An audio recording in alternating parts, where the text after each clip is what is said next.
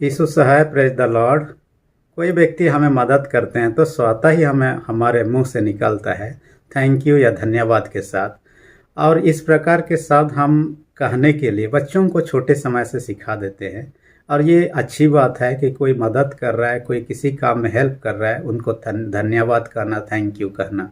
हम फिलिपी 1 अध्याय 3 से 11 पद में सबसे पहले पौलुस का इसी धन्यवाद के साथ में आगे बढ़ते हुए बातों को देखने पाएंगे और विशेषकर 2 बातों पर चर्चा करेंगे। धन्यवाद के अलावा प्रार्थना जो फिलिपी वासियों के लोग करता है। हम यदि इस पत्री को देखेंगे, फिलिपी जो मंडली है यह यूरोप का एक प्रथम मंडली है जहां पहली बार यूरोप के लोगों ने मसीह को ग्रहण किया। और ये लुदिया नाम की महिला सबसे पहले मसीह को ग्रहण करती है, उसके बाद में आगे बढ़ता है। तो फिलिपी नगर के बारे में कहा जाता है कि पौलुस प्रेरित वहाँ जाने से पहले ही वो काफ़ी साल पहले नगर बसा हुआ था। और हम जानते हैं अलेक्जेंडर द ग्रेट या सिकंदर महान का पिता जिसका नाम फिलिप था, उसी के नाम से वो शहर का नामकरण किया गया है। और शहर के बारे में ये कहा जाता है कि रोमी साम्राज्य के अंतर्गत होने के नाते वहाँ रोमी सैनिकों के लिए घरों को बनाया गया ताकि वहाँ रह सके, सैन्याभ्यास कर सके और बाकी कामों में भी वो लोग कम से कम देश के लिए जो उनका सेवा का काम है करें। इस तरह से कहेंगे ये फिलिपी नगर जो था ये रोमन सम्राट का एक उपनिवेश था और ये समृद्ध भी था। इस कारण से कि कहा जाता है कि ये साम्राज्य के जहाँ था फिलिपी नगर जहाँ था पास में ही चांदी और सोना का खान था जो कि पौलुस के समय तक उस चीज़ों को निकाल दिया गया था। परंतु उसके होने के कारण से शहर को इसलिए फायदा हुआ कि लोगों का आर्थिक स्थिति में विकास हुआ। और ये लोकेशन ऐसा जगह पर था कि वहाँ से पहाड़ होने के बाद में एशिया आ जाता है, पहाड़ से उस पर होने के बाद में यूरोप आ जाता है। यानी 2 महादेश का वहाँ एक ये स्थान था। इस कारण से हम देखने पाते हैं कि लोगों का जो कारोबार बिजनेस के लिए आगमन आना जाना जो होता था फिलिपी नगर होते हुए होता था और पहाड़ पार करना फिलिपी नगर होते हुए होता था। इस कारण से वहाँ पर सड़क व्यवस्था बहुत अच्छी तरह से बनाया गया था ताकि दूसरे लोग भी उस नगर से होकर वहाँ से गुजरे तो वहाँ के लोगों को कम से कम फायदा हो सके, लोगों का वहाँ का व्यापार बिजनेस भी बढ़ सके। इस तरह से हम कह सकते हैं ये फिलिपी शहर जो था बहुत ही समृद्ध और अच्छा वेल सेटल शहर में से एक था। और इस शहर में पौलुस का आगमन अपने दूसरी मिशनरी यात्रा, हम जानते हैं पौलुस प्रेरित ने 3 मिशनरी यात्रा किया, उसके अलावा यात्रा किया, परंतु जो बाइबल में हम चर्चा पाते हैं विशेषकर 3 missionary journey. First missionary journey में कई मंडलियों को उन्होंने स्थापित किया। सेकेंड मिशनरी जब गया उस समय में फिलिपी नगर को जाता है, ना अकेले जाता है, अपने साथ में अपने साथियों के साथ में जाता है और वहाँ पर वचन का प्रचार करता है। और कई लोगों ने मसीह को ग्रहण किया और मसीह को ग्रहण करने के बाद में मसीह में आ गए। और वे लोग उस समय तो पूरा मजबूत नहीं थे, परंतु उसके चले जाने के बाद में वहाँ पर मंडली एक मजबूत स्थिति में बन गया। और पौलुस जब वहाँ से फिलिपी से चला गया थिस्सलुनीकिया और वहाँ जब चला गया उसके बाद में इनका सहयोग राशि वहाँ पहुँचता है। इसलिए आज का वचन में सबसे पहले कहता है धन्यवाद पर हम चर्चा करेंगे, उसके बाद में प्रार्थना पर चर्चा करेंगे। सबसे पहली बात जो है सहयोग के लिए वो धन्यवाद देता है। किन को देता है? फिलिपी वासियों को। और उन्होंने क्या सहयोग किया? आर्थिक रूप से उनको सहयोग किया पौलुस को। जब वो फिलिपी नगर में था उस समय तो नहीं किया था, परंतु वहाँ से जाके दूसरा एक जगह थिस्सलुनीकिया में पहुँच गया। वहाँ था उस समय इन्होंने जो दान कलेक्शन या तो जो कुछ भी उनके पास था उन्होंने वहाँ भेज दिया उनके पास में। और ऐसा ना केवल एक ही बार भेजा, उसके अलावा हम देखने पाते हैं कोरिन्थ नगर में प्रचार कर रहा था, उस समय भी उन्होंने उनके पास सहयोग भेजा। वे लोग जान रहे थे खुद तो सुसमाचार प्रचार के लिए इधर उधर नहीं जा सकते हैं, लेकिन पौलुस तो कम से कम घूम घूम के प्रचार कर उसको सहयोग करेंगे तो हमारे सहयोग के बदौलत कई सारे नगरों को जाकर उन्होंने सुसमाचार प्रचार का काम को पूरा करेगा। और यीशु का जो आज्ञा है, कॉमandमेंट है, मत्ती 28:19 में कहता है तुम जाओ और सब संसार के लोगों को क्या कहा? सुसमाचार प्रचार करना, चेला बनाना। ये काम खुद से तो नहीं कर सकते हैं, लेकिन कम से कम पौलुस के माध्यम से लोग पूरा कर सकते हैं। इसलिए उन्होंने सहायता भेजा। ना केवल इतना ही सहायता भेजा, आप देखिएगा 10 साल होने के बाद में पौलुस इस पत्री को जब लिखता है, वो जेल में है। संभवतः वो रोम के बंदीगृह में था, क्योंकि 2 जगह पर वो 2-2 साल के लिए था। परंतु रोम में जब था, ऐसा कहा जाता है कि इन लोगों ने, फिलिपी वासियों ने किया क्या, एक व्यक्ति को उनके पास में आर्थिक सहायता के लिए भेजा, क्योंकि वो जेल में है, उनके पास कोई पैसा नहीं है और अपना भी जो कुछ भी ये है देखभाल करने या तो ज़रूरत है पूरा नहीं कर सकता है। इसलिए उन्होंने इफ्रोदितुस नाम एक व्यक्ति को उन्होंने उनके पास भेजा ताकि उनका सेवा करे और उनको दान दे दे। लेकिन वो जाने के बाद में बीमार हो जाता है और कई दिन वहाँ बीमार होने के बाद में जब स्वस्थ होता है, तब वहाँ से वापस जैसे लौटता है, पौलुस प्रेरित उनके हाथ में ही ये चिट्ठी को भेजता है, इस पत्री को जिसे हम आज अध्ययन कर रहे हैं। उनके हाथ के माध्यम से लोग उसको गलत न समझे, इतना दिन क्यों यहाँ रहा, या तो क्या कर रहा था, या तो कुछ उनके गलत उद्देश्य ना हो, उन चीज़ों को भी कोशिश करता है। और सबसे पहले यहाँ 3रा पद में कहता है, फिलिपवासियों को धन्यवाद देता है। इन्होंने बार बार उनको मदद किया आर्थिक सहयोग के माध्यम से। हालांकि न केवल आर्थिक सहयोग उनके लिए सुसमाचार प्रचार के लिए, परंतु वे लोग ऐसे लोग थे, कई मंडली न केवल फिलिपी ऐसे लोग थे जो कि यरूशलेम के लोग जब बहुत तकलीफ में थे, फाइनेंशियल क्राइसिस में थे, उनके लिए भी उन्होंने मदद भेजा था। इस कारण से पौलुस उनके सहयोग के लिए भूल नहीं जाता है। अपने जब भी चिट्ठी लिखता है, यहाँ पर देखने पाते हैं, उनको धन्यवाद देता है। आप और हम भी दूसरों को धन्यवाद दें जो कोई भी मदद करते हैं, और हम भी फिलिपी वासियों के नहीं बने जिन्होंने पौलुस की मदद किया। कई लोग अब भी तकलीफ में हैं, उनको हम मदद की ज़रूरत है और हमारे पास में संभव है ऐसे, तो हम मदद करने से पीछे ना हटें। आजकल आप देखिएगा, कहीं बार भी सुनामी हो गया, प्राकृतिक घटना हो गया, काफ़ी सारे जान माल की हानि हो गया, तो काफ़ी सारे सहायता वहाँ पर पहुँचने लगता है। यही भावना से प्रेरित है, क्योंकि उनको सहयोग की आवश्यकता है। हमारे चर्चेस में भी कई बार सहयोग भेजते हुए मैंने देखा है, ताकि वहाँ के लोग खाने पाए, कपड़ा भी भेजा गया पैसे के रूप में, जिस चीज़ के द्वारा उनका सर्वाइवल या जीने के लिए सहारा मिल सकता है। और ऐसे लोगों को सहायता के लिए हम आगे आना चाहिए। कई लोग इस काम में बहुत आगे हैं। और आप जानते हैं कि दुनिया के जो अमीर श्रेणी के व्यक्तियों में से बिल गेट्स जो था, अपने कई सारे पैसों को ऐसे ही चैरिटी काम में डोनेट करता है। इस कारण से उनका जो सबसे अमीरी लेवल था, 1 नंबर 2 नंबर में था, वहाँ से खिसक के 3 नंबर में आ चुका है। मैं कल परसों ही पढ़ रहा था। और वो चैरिटी वर्क के लिए डोनेशन देने के बाद में उसके जगह पर एलन मस्क जो अब चंद्रमा में जाने के आदमी लोग को बसाने के लिए जो तैयारी कर रहा है, उस व्यक्ति दूसरे नंबर पर आ जाता है और उसको तीसरे नंबर पर आना। हालांकि वो व्यक्ति जो बिल गेट्स है, चैरिटी के लिए, लोगों के सहयोग के लिए दान देने के कारण से इस प्रकार के, हालांकि ये अलग बात है, परंतु एक बात आपको ये इस वचन के द्वारा मैं प्रोत्साहन देना चाहता हूँ कि आप और हम भी दूसरों के भलाई के लिए धन्यवाद दें और दूसरों को जो संभव है मदद करने में सहायता करें। मैं एक व्यक्ति के बारे में पढ़ रहा था, जो साधु किशन सिंह को आप जानते हैं। उसके माता पिता शादी के 12 साल होते हुए बेटा बेटी नहीं थे, बहुत चिंतित थे, उदास थे। एक दिन साधु सुंदर सिंह उनके घर में आया, क्योंकि किशन सिंह की माँ साधु सुंदर सिंह का बहन थी। इस कारण से उनके घर में आए तो उनको बहुत दुखी हालत में देखा। उनको कहा, दुख का क्या कारण है? आपका पति, अपने बहन से कहा, आपका पति एक जमींदार है और एक कलेक्टर का पोस्ट में भी वो ये है, पोस्टिंग है, और उनके पास में लगभग 3 करोड़ का संपत्ति उस समय था। और इतना होते हुए आप क्यों दुखी हैं? हमारे घर में एक भी बच्चा नहीं, 12 साल हो चुका है। उन्होंने कहा, आपने मांगा नहीं या तो इसके लिए कुछ नहीं किया? उन्होंने कहा, हम डॉक्टर के पास तो कई जगह चेकअप किए कि कुछ फ़ायदा नहीं हुआ। हमने मंदिर में गए, हमने गुरुद्वारा में गए, यहाँ वहाँ गए। साधु सुंदर से उनके कहा, आप प्रभु के पास आए क्या? नहीं, इसके बारे में हम जानते भी नहीं। उन्होंने कहा, ये हम आपके लिए उनके लिए प्रार्थना करता है और उनसे कहता है, आप विश्वास कीजिए और आपका संपत्ति जो है उसमें से गरीबों को, जो बेसहारा लोगों को भी आप डोनेट कर दीजिए। और उन्होंने दोनों पति पत्नी राजी हो गए, ऐसा ही किया। और 1 साल के बाद में, जैसे उन्होंने कहा था, उनके घर में जुड़वा बच्चे पैदा हो गए, बेटे 2 बेटे।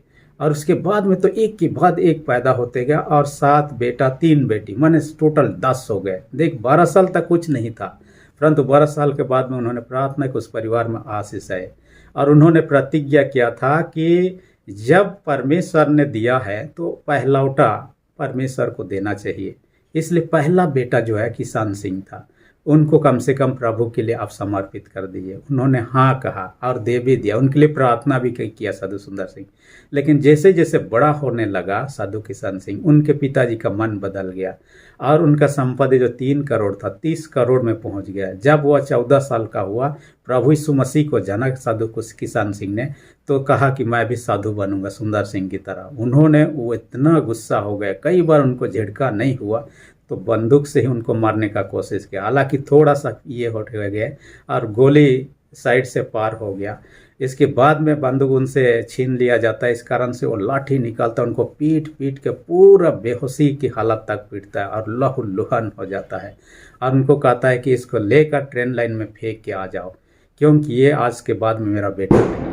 देखिए, जब बेटा बेटी नहीं हुआ था, प्रभु से ये मन्नत मांगा था कि हाँ मुझे हमें दे दीजिए, आप जो चाहते हैं वैसा हम करने वाले हैं। लेकिन जब बेटा बेटी उतना मिल गया, एक बेटा साधु होने के लिए प्रभु के लिए जाना चाह रहा है, उनके लिए भी वो तैयार नहीं होता है। देखिए भलाई, देखिए जब शुरू में उनका ऊपर में भलाई हुआ उस समय तो मन अलग लगता, बाद में देखिए उनका मन परिवर्तन हो जाता है और उनके सेवक लोग ट्रेन लाइन में तो नहीं फेंक देता, ट्रेन में चढ़ा देता है। हालांकि वो कुछ भी नहीं कर सकता था, लेकिन एक मिशनरी उस ट्रेन में था जिन्होंने देखा पानी प्यास के लिए तड़प रहा था, कोसी के पास में पानी नहीं था, परंतु वो रो रो कर प्रार्थना किया, उनके आंखों से जो आंसू बहा उसी से अपना मुंह को भिगा दिया और इस तरह से वो जाकर लाहौर में उन्होंने एडमिट किया, जीवन बच जाता है। कम से कम एक बात तो है, इन्होंने परमेश्वर के आश्रम को पहचाना शुरू में, लेकिन बाद में तो परमेश्वर के आश्रम के लिए उसको धन्यवाद देने के बजाय उल्टा उस पर चलने वाले व्यक्ति को, उनका अपना बेटा को मार डालने का ही प्रयत्न किया। और उसके बाद में हम देखने पाते हैं वो कभी पीछे लौट के नहीं देखता है। साधु सुंदर सिंह की तरह साधु किशन सिंह भी अपने पूरे जीवन सेवकाई में बिता दिया। प्रभु अपने वचन में कहता है, प्रभु के लिए जब हम देते हैं, 2 कुरिन्थ 9:7 में हर्ष के साथ दें, कुड़कुड़ मन से नहीं। और जब दासों के लिए हम किसी प्रकार के, खासकर मैं कहता हूँ सुसमाचार प्रचार के लिए हम देते हैं, तो इसका प्रतिफल भी हमारे पास में है। मरकुस 9:41 या तो मत्ती 10:42 में भी आप पाएंगे, वहाँ पर कहता है, धन्य जो मनुष्य परमेश्वर के दास के या परमेश्वर के नाम से आने वाले जानों को 1 कटोरा भी ठंडा पानी पिलाएगा तो उसका भी प्रतिफल उनको मिल जाएगा, कहता है। इसलिए हम दूसरों को भलाई करने में ना चूकें और जब दूसरे हमारे प्रति भलाई करते हैं उनको धन्यवाद देना ना भूलें। दूसरी विशेष बात में हम लोग देखेंगे कि प्रार्थना, 3 बातों के लिए यहाँ प्रार्थना की चर्चा हम करेंगे। हालांकि कई बातें हैं लेकिन सबको हम कवर नहीं करेंगे। 3 विशेष बातें। सबसे पहली बात जो कहता है, परमेश्वर के ज्ञान में बढ़ने के लिए प्रार्थना करता है। यानी फिलिपी वासियों को चाहता है कि ये लोग परमेश्वर के ज्ञान में आगे बढ़े, क्योंकि परमेश्वर का ज्ञान के बिना परमेश्वर को समझना मुश्किल है और परमेश्वर को जब तक सही रूप से हम समझ नहीं पाएंगे, हम विश्वास में कदापि सही रूप से स्थिर नहीं रह पाएंगे। पौलुस के जीवन को देखिए, जब यीशु मसीह को नहीं पहचानता था, वही मसीही लोगों को सताने वाला था और सताने का काम करता था। इसी उद्देश्य से वो यरूशलेम से दमिश्क जा रहा था, लेकिन रास्ते में ही जाते समय प्रभु यीशु उनको दर्शन देता है। दर्शन देने के बाद में ही उनका जीवन परिवर्तन आ जाता है। जिस प्रभु को जानता नहीं तो उस प्रभु को जान गया और जैसे जाना प्रभु के लिए प्रचार करना शुरू किया और मरने तक उन्होंने यही किया, जिसका पत्रिका अभी इस घड़ी हम अध्ययन कर रहे हैं। तो यही बात है, हम जिस चीज़ को नहीं समझते हैं तो उस पर हम कैसे विश्वास सही रूप से कर सकते हैं। इसलिए हमें क्या करना है, प्रभु को जानने की आवश्यकता है। और बाइबल कहता है, नीति वचन 1:7, यहोवा का भय मन नहीं बुद्धि का आराम है। बुद्धि ज्ञान हम चाहते हैं, यहोवा का भय मन पहली विशेष बात है।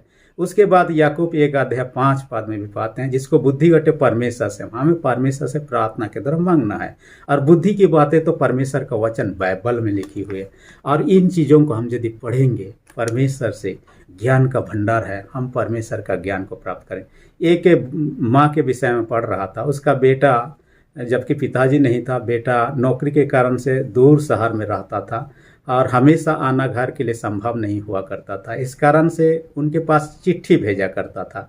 कई साल की बात, आजकल तो मोबाइल फ़ोन से हो जाता है, उस समय चिट्ठी पत्री वाला, तो चिट्ठी भेजता। उसके बाद में माँ एक बार बीमार हो गई और बीमार हो गई तो पड़ोसी के लोग, उनके रिश्तेदार आए और आप हॉस्पिटल क्यों नहीं जा रहे हैं, आप बीमार हैं। उन्होंने कहा पैसा ही नहीं है। उन्होंने कहा आपका बेटा तो इतना बड़ा काम करता है और कैसे पैसा नहीं भेजता है। नहीं, अब तक तो खाली चिट्ठी भेजा है और पैसा कुछ नहीं भेजा है। उन्होंने कहा चिट्ठी में क्या लिखा हमें दिखाइए। उन्होंने चिट्ठी निकाल कर देखा तो चिट्ठी के साथ में उन्होंने चेक भेजा है।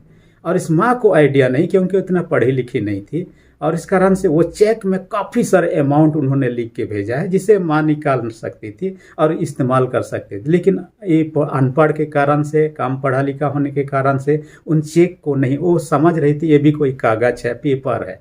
जब उन्होंने, लोगों ने बताया आपके पास तो काफ़ी पैसा आपका बेटा भेज चुका है, उसके बाद में वो उसको ये करता है, विड्रॉ करता है और इस्तेमाल करता है। कई बार हम इस माँ की तरह, प्रभु हमारे पास तो आए, स्वर्ग छोड़ के धरती में आए, जैसे उनके पास चेक तो भेजा गया, आ चुका, लेकिन वो पहचान नहीं पाई, वैसे प्रभु हमारे बीच में तो आया, हमारे खातिर ही कलवारी क्रूस पर अपना प्राण दे दिया ताकि पापियों को बचा सके। और लेकिन हम उसे पहचानने में कई बार गलती कर बैठते हैं। इसलिए पौलुस चाहता है कि ज्ञान, सही ज्ञान मिलेगा तो हम सही रूप से पहचान पाएंगे। दूसरी जो प्रार्थना वो करता है प्रार्थना के श्रेणी में, और वो प्रार्थना करता है मसीह के दिन तक सच्चे बने रहो, कहता है मसीह के दिन तक, माने यीशु का दूसरे आगमन तो निकट है। और पौलुस के बारे में हम देखने पाते हैं वो प्रार्थना के बारे में बहुत सारे बातों को कहता है अपने पत्रियों में, कई जगह यहाँ वहाँ। और बीते दिन में मैं प्रार्थना के बारे आप लोगों को बता रहा था कि हमें प्रार्थना करते रहना चाहिए। यहाँ पौलुस लोगों के लिए प्रार्थना कर रहा है। पौलुस का प्रार्थना में एक विशेष बात जो आप लोग देखिएगा, पिछले वीडियो में भी एक वीडियो मैं बता चुका हूँ, हम 5 अंगुली को लेकर भी प्रार्थना कर सकते हैं। इसमें यदि ऐसा करके हम प्रार्थना करते हैं, ये अंगुली जो है सबसे करीब, हमारे दिल के करीब रहता है। इसलिए कहता है कि इस अंगुली के नाम से हम जब प्रार्थना करते हैं, हमारे दिल के करीब में जो लोग हैं, अपने घर के प्रियजन, रिश्तेदार, हमारे जितने भी क्लोज रिलेटिव हैं, नज़दीक रिश्तेदार हैं, जिसको हम दिल से हम चाहते हैं और वो हमें चाहते हैं, ऐसे लोगों के लिए सबसे पहले प्रार्थना करें। दूसरी, इस अंगुली के द्वारा कहता है ये ऐसा पॉइंटिंग करता है, ऐसा करता है, ये निर्देश देने वाला अंगुली है। इस कारण से हम ये उन लोगों के लिए प्रार्थना करें जो शिक्षक हैं, टीचर हैं, जो उपदेशक हैं, पास्टर हैं, प्रचारक हैं, ऐसे लोगों के लिए भी हम प्रार्थना कर, कहता है। ऐसे देखिएगा तो सबसे ऊंचा अंगुली ये दिखता है, कहता है देश में, राजनीतिक क्षेत्र में या कलीसिया में जो ऊंचे पद पर हैं, उन ऊंचे पद वालों के लिए हम इस अंगुली के माध्यम से प्रार्थना करें।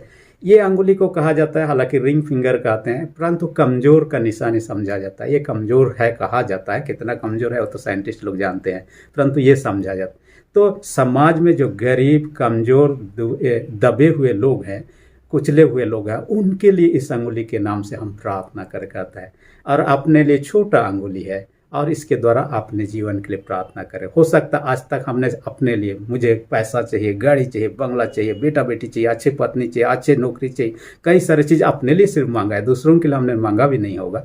आज पौलुस के माध्यम से हम ये सीखें कि दूसरों के लिए भी मांगे। यहाँ कहता है मसीह के दिन तक तुम सच्चे बने रहो, यानी यीशु का दूसरे आगमन निकट है। हम जानते हैं, कब है नहीं जानते, परंतु आना तो निश्चित है। उस दिन तक हमें सच्चे बने रहना है, कहता है। देखिएगा आप लोग, जो कपड़ा हम पहनते एक ना एक दिन पुराना हो जाएगा, फाट भी जाएगा, ये एक समान रहता नहीं है। लेकिन विश्वास आपका ऐसा नहीं है। विश्वास कहता है सीढ़ी चढ़ने के बराबर है। हम जितना सीढ़ी स्टेप बढ़ते हैं उतना ऊंचाई को उठते रहते हैं। विश्वास में हम नीचे ना फॉल डाउन हो, नीचे तरफ ना गिरे, नीचे ना उतरे, परंतु विश्वास में ऊपर ही तरफ बढ़ते जाए। और ये चाहता है कि यीशु के आगमन तक हम उसी में बने रहें।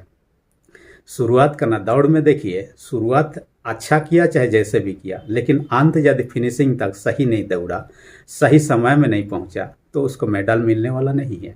यही चीज़ हम विश्वासी जीवन में आप और हम कैसे शुरुआत किए, ये मायने ज़्यादा नहीं रखता है। मायने ये रखता है कि अंत तक हम कैसे विश्वास में बने रहते हैं। इसलिए यीशु के आगमन तक हम विश्वास में न बने रहना। कई लोग शुरुआत में तो सही रहते हैं, कई बार जीवन के दौड़ में देखते हैं, बाद में ये हो जाते हैं, नीचे गिर जाते हैं। एक व्यक्ति के बारे में मैंने चर्चा किया है कभी।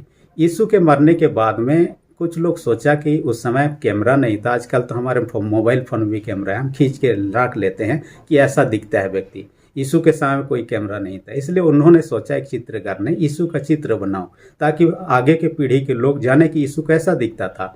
इसलिए उन्होंने यीशु का चित्र एक व्यक्ति को जो समाज में इस यीशु की नहीं दिखता था और बहुत अच्छा इंसान था, उसका कैरेक्टर भी अच्छा था, उनको देखकर यीशु का चित्र बनाया। उसके बाद में सोचा बाकी चेलों का भी क्यों ना बनाओ, एक के बाद एक चेलों का उन्होंने बनाया। अंत में सोचा यहूदा इस्करियोती यीशु के साथ में विश्वासघात किया, लेकिन उसका भी चित्र बना देना चाहिए। ऐसे दिखने वाला लोग कहाँ होंगे, जेल में होंगे। जेल में चला गया, एक व्यक्ति को देखा थोड़ा बहुत उसके नहीं दिख रहा था, उनको कहा उनको देखकर बनाऊंगा, और उस व्यक्ति को देखकर यहूदा इस्करियोती चित्र बनाने लगा। उस व्यक्ति ने कहा मुझे देखकर आप बार बार क्यों चित्र बनाते हैं। इनको ताज्जुब हुआ, आपको देखकर पहले कब बनाया है। उन्होंने कहा कुछ साल पहले जब आप यीशु का चित्र बना रहे थे मैं ही था, मुझे देखकर ही। उस समय मैं अच्छा इंसान था, समाज में मेरा अच्छा नाम था, लेकिन पैसों का लालच में आया, कई सारे बुरे कामों में मैं फंस गया अपने दोस्तों के साथ में, और अभी मैं फंस कर जेल में पहुंच चुका हूं, वो मैं ही हूं।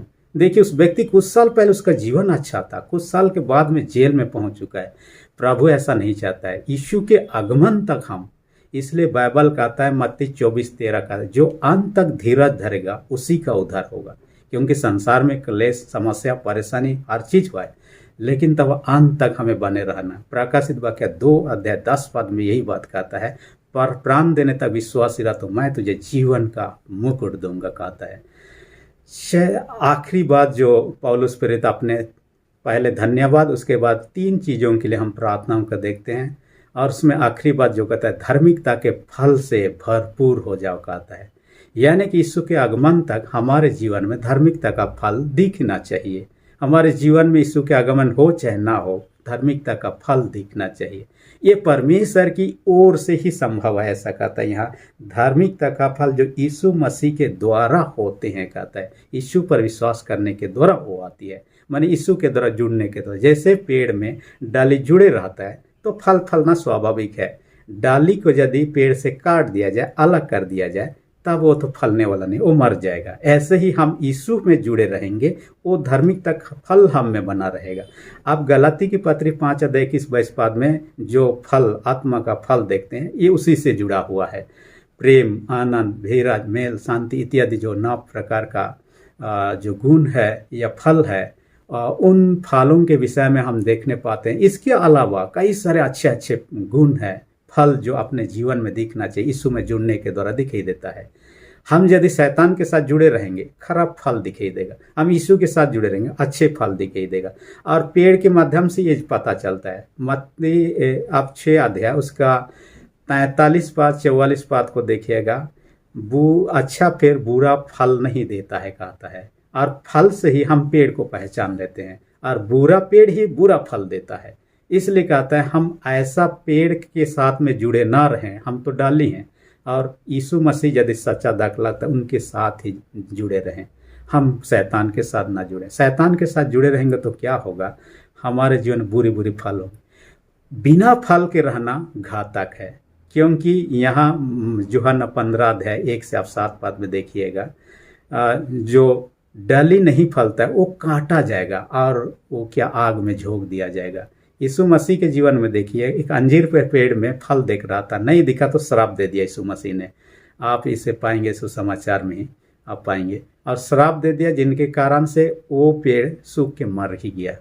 और अब देखिएगा लुका 13 अध्याय में 6-9 पद में अंजीर पेड़ का बारे में दृष्टांत है। एक बागान में अंजीर पेड़ लगा हुआ था, उसमें फल नहीं फल रहा था। मालिक ने कहा इसको काट डालो, लेकिन उसको देखभाल करने वाला कहा मालिक और 1 साल इंतजार कीजिए, हम इस पर और मेहनत करेंगे, इसमें पानी डालेंगे, खाद डालेंगे, और 1 साल बाद नहीं फलता है तो उसको काट डालना। वो फला कि नहीं फला उसके बाद पता नहीं चलता है, लेकिन तब उनको अवसर मिला 1 साल। प्रभु देखता है आपके मेरे जीवन फल है कि नहीं है। हो सकता है हमें नष्ट करना चाहता है, लेकिन 1 साल 2 साल कई साल हमें अवसर देता है, ताकि आज नहीं तो कल, दूसरे साल नहीं तो तीसरे साल हम फल को लाएं, और प्रभु के सामने हम ऐसा फलहीन ना रहें। ये प्रभु चाहता है। इसलिए अपने जीवन को देखें, कहीं तो फलहीन तो नहीं है। और शैतान के साथ जुड़े रहें तो गड़बड़ चीज़ है। मैं एक पास्टर के बारे में उनका गवाही पढ़ रहा था, जिसका नाम था डैनियल। ये नाइजीरिया देश का पास्टर है। कुछ समय पहले की घटना है, और उनका एक्सीडेंट हो गया, और एक्सीडेंट होने के बाद में वो मृत्यु में चला गया। असल में एक्सीडेंट इस प्रकार हुआ, अपने पत्नी के साथ पहले दिन झगड़ा हो गया। झगड़ा हो जाने के बाद में उसका पत्नी को महसूस हुआ कि मैंने अपने पति के साथ झगड़ा के रात के समय में आकर उनके माफ़ी मांगने लगे कि गलत हो गया, इनको भुला जाइए। लेकिन वो अपने गुस्सा में था और उन्होंने बात नहीं किया। रात बीत गया, दूसरा दिन सुबह उसके पत्नी उससे बातचीत करने लगी, फिर भी वो गुस्सा में था। और गुस्सा में ही वो क्या किया, अपने घर से, अपने पिता का घर, क्योंकि उसका पोस्टिंग दूसरे जगह था जहाँ से वो कोई था, इस कारण से वहाँ चला गया था कार लेकर। जो वापस आ रहा था, उनका कार का ब्रेक फेल हो गया, एक्सीडेंट हो गया। एक्सीडेंट होने के बाद हॉस्पिटल ले गया। हॉस्पिटल लेने के बाद में डॉक्टर ने उसे डेड डिक्लेयर कर दिया, माने मारा हुआ घोषित कर दिया, और उसको मुर्दा घर में ट्रांसफ़र कर दिया। और वहाँ पर था, ये लोग दूर जगह से उनके मेहमान लोग थे, इसलिए उन्होंने क्या किया, तुरंत डेड बॉडी को नहीं लिया। तीसरा दिन ही वे लोग उनका अंतिम संस्कार का फैसला लिया और तैयारी करने लगे। जिनको दफनाना है, उनके रिश्तेदारों को बुलाना है। उसके बाद हॉस्पिटल से डेड बॉडी लेकर जब जा रहे थे, उनके पत्नी को ख्याल आया, एक प्रेयर मीटिंग चल रहा है, परमेश्वर के बड़े बड़े दास लोग आए हुए हैं, क्यों ना एक बार उनसे प्रार्थना कर लिया। हालांकि मरे हुए 3 दिन हो चुका है, लेकिन एक बार प्रार्थना कर लिया जाए।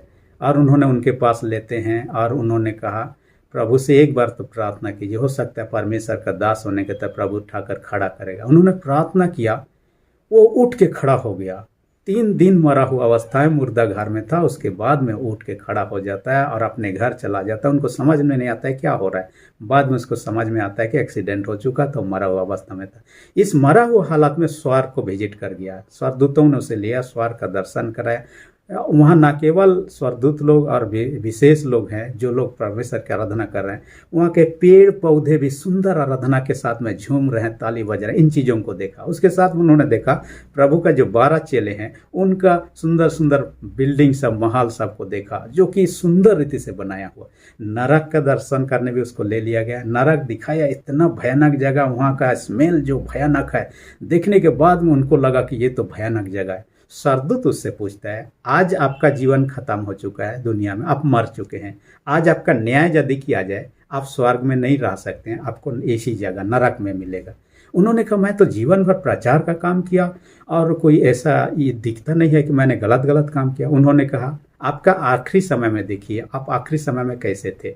उन्होंने कहा, हाँ, अपने पत्नी के साथ मैंने झगड़ा किया, झगड़ा के बाद में वो माफ़ी मांग रही थी, मैंने माफ़ नहीं किया, और दूसरा दिन में माफ़ नहीं किया और मैं चला गया और मेरा एक्सीडेंट के डेथ हो गया। हाँ, आपने माफ़ नहीं किया। जो मत्ती 6:14-15 में कहता है, यदि दूसरों का अपराध क्षमा करोगे तुम्हारा क्षमा कीजिए, दूसरों का अपराध क्षमा नहीं करो तुम्हारा क्षमा। आपने आखिरी समय में अपने पत्नी के साथ मनमुटाव हो गए और बैर भावना रखे और उनको क्षमा ही नहीं दी, इस कारण से आपको नरक में दिए। उन्होंने कहा, मुझे एक मौका तो दीजिए, कम से अपने पत्नी के साथ मेल मिलाप कर लूँ। इसी समय उनके लिए प्रार्थना किया जा रहा था परमेश्वर के दासों के द्वारा उस सभा के ये में, और वो जीवित हो जाते। उनको एक मौका दे दिया जाता है कि फिर से एक जीवन को जिए। प्रभु चाहता है कि आप और हम भी इस दुनिया से जब भी विदा हों, कम से कम फलहीन न रहे, प्रभु से जुड़े रहे। पर प्रभु का उत्तम उत्तम फल आपके मेरे जीवन, प्रेम, आनंद, मेल, धीरज, कृपा, भलाई, ये सारे चीज़ जो हैं, ये हमारे जीवन में दिखाई देने लगे। और हम इस दुनिया के जब यीशु आते हैं, हम सजा सजाए उनके लिए तैयार पाए जाए। बड़े मंत्री आते हैं, हम बहुत ही तैयारी करते हैं। देश के प्रधानमंत्री यदि हमारे एरिया में आता है, यहाँ तैयारी कितना होता है आप जानते हैं। उस यीशु का आगमन के लिए आपको मुझे तैयार होकर रहना है, ताकि उसे स्वागत कर सके। अपने आप को भेंट स्वरूप, फूल माला की जरूरत नहीं है, अपने हृदय को प्रभु को अर्पण कर दिए, यही उनके लिए स्वागत का सही तरीका है। हम आने वाला समय एडवेंट में पहुंच रहे हैं, अपने हृदय को, दिलों को तैयार करें। इसके लिए परमेश्वर वचन का देखिए, इसे आशीष दे, आमीन। यदि अब तक मेरे चैनल को सब्सक्राइब नहीं किए, इसी घड़ी नीचे जो रेड बटन में सब्सक्राइब लिखा प्रेस कर दीजिए, और जब बेल आइकन निकले उसे प्रेस करके ऑल पर सेट कर दीजिए, ताकि आने वाले वीडियो का नोटिफिकेशन आपको समय पर मिल सके। धन्यवाद।